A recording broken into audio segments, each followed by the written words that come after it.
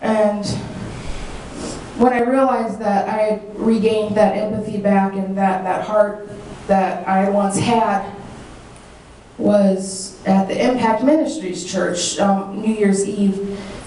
This mother brought her 2 little boys under the age of 6 to Dr. Ron and us. We hadn't brought any medical things that day, we were just going to church, but we prayed for them. And Dr. Ron began to pray, but I couldn't make out one word of the prayer because these boys were wheezing and they were gasping and they were coughing so loudly and without ceasing that I could not hear one word of Pastor Ron's prayer. These boys had severe cases of untreated asthma as well as colds.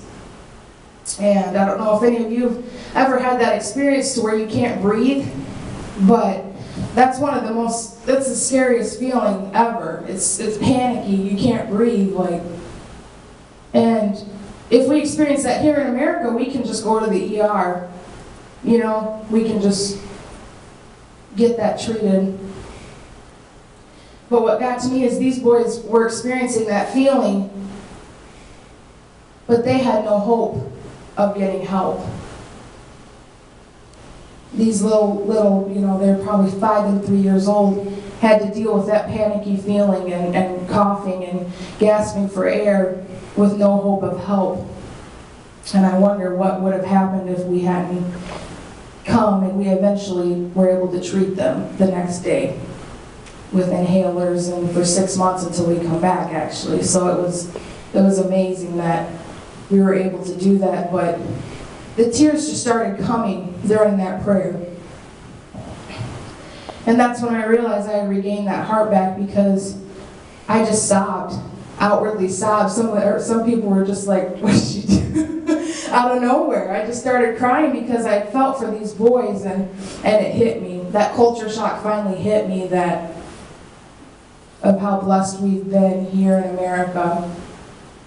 And I rediscovered my empathy for people and the reason why I wanted to be a nurse in the first place.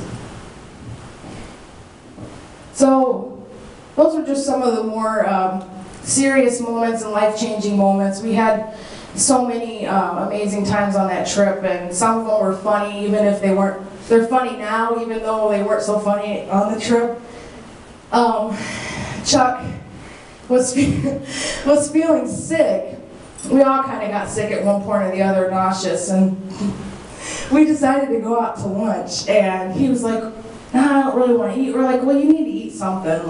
We're working hard. You need to have your strength. And so he picked something random on the menu, which, you should never do in a foreign country. And I mean, that would be my first red flag. But anyway, so we had, been waiting for the food. He goes, Alicia, I do not feel good. And what they put in front of him really wasn't anything super abnormal, but it was, chips, and then it was cheese with big chunks of sausage in it. And to me,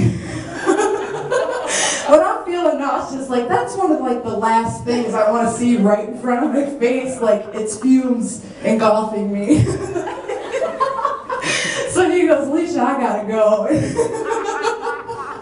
And he had to disappear to the bathroom for a few minutes, but sorry, Chuck, I thought that was hilarious.